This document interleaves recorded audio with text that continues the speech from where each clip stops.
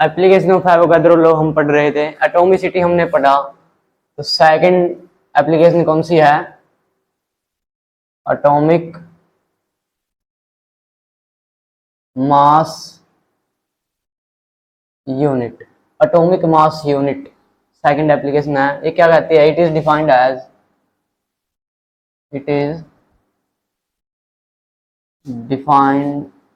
As number of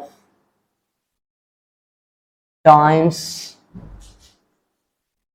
of an element.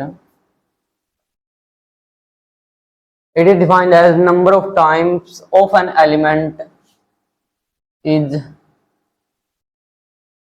heavier than the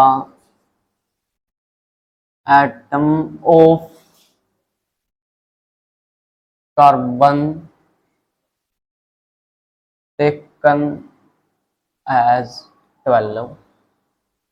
It is defined as number of times of an element is heavier than the atom of carbon taken as 12. इसके एक main line है, वो देखिए 1 AMU।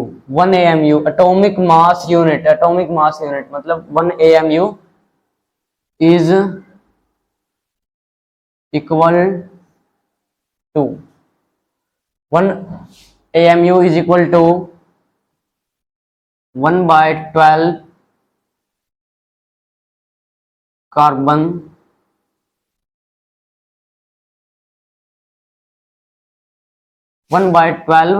Atom of carbon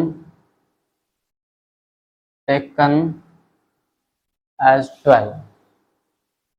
It is defined as number of times of an element is heavier than the atom of the number of times of an element।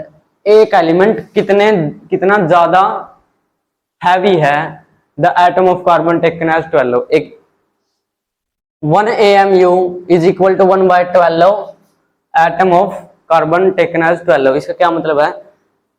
ये आपके पास carbon है, इसके 12 टुकड़े कर दिए, इसके 12 टुकड़े कर दिए, तो एक टुकड़े का जो भी मास होगा वो क्या है? 1 एटॉमिक मास यूनिट। कार्बन के 12 टुकड़े किए, एक टुकड़े का जो भी मास है वो क्या है? 1 AMU। 1 AMU is equal to 1/12, यानी 12 टुकड़ों में से एक टुकड़े का मास क्या है? 1 AMU है। ठीक है, 1 AMU is equal to 1/12 atom of carbon taken as 12।